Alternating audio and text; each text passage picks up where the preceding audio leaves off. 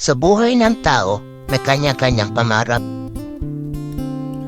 Merong kontento na, meron namang nangahamlag pa ng mas mataas.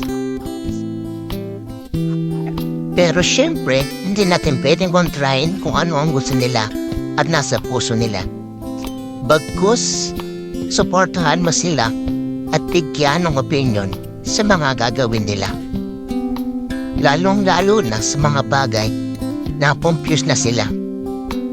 At minsan pa, hindi din natin alam kung anong input ibibigay natin sa kanila.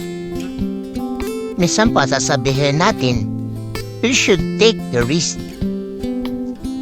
Pero syempre, handa ka kung anong maging resulta.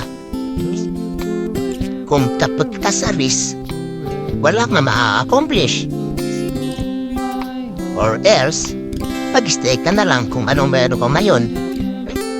Syempre, disagree siya sa sinabi mo ngayon. So, sino ba inspirasyon mo? Sino ba yung nagpapalakas sa'yo? Sino ba yung pinagbuhugutan mo? That's it. Then, what are you waiting for? Just do it.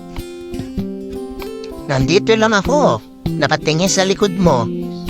Huwag kang mag-alala. Sasambutin kita pag nadaglag ka. Sasaluhin kita kapag nadapa ka. Saan ka pa? Madilim ba ang daan? Teka, ari ang cellphone ko. May flashlight to. Iilawan kita.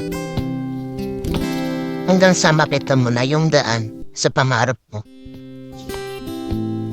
Aba, teka, di ko na malayan. Malapit na pala tayo sa tuktok. Kunting hinga na lang, oh. This is it. Dito na tayo. A big devotion and pray. And God will do the best for you. Amen.